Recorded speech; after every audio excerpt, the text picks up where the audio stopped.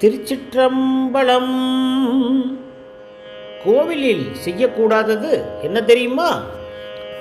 கோயிலில் விபூதியை ஒரு முறைக்கு மேல் வாங்கக்கூடாது. சிவபெருமானின் முன்பு நின்று விபூதி பூசக்கூடாது.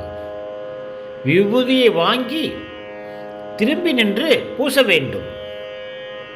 திருநீர் பூசும் பொழுது தரையில் வீழக்கூடாது.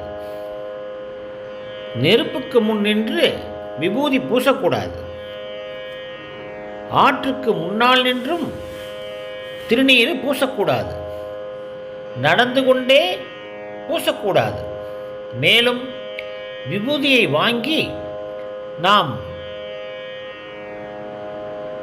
கையில் வைத்து இடது கைக்கு மாற்றக்கூடாது. வாங்கின விபூதியை நெற்றியை அதாவது நிமிர்ந்தவாறு மேல் நோக்கி பார்த்து அப்படியே பூச வேண்டும். மீதியுள்ள திண்ணீரை அங்கிருக்கும் தூண்களிலோ செவுத்திலோ போட்டால் மிகப்பெரிய தோஷமும் பாவங்களும் ஏற்படும். எனவே விபூதி தரிக்கும் பொழுது கீழே விழாமலும் சாமிக்கு முன்னாடி நின்று பூசவும் கூடாது.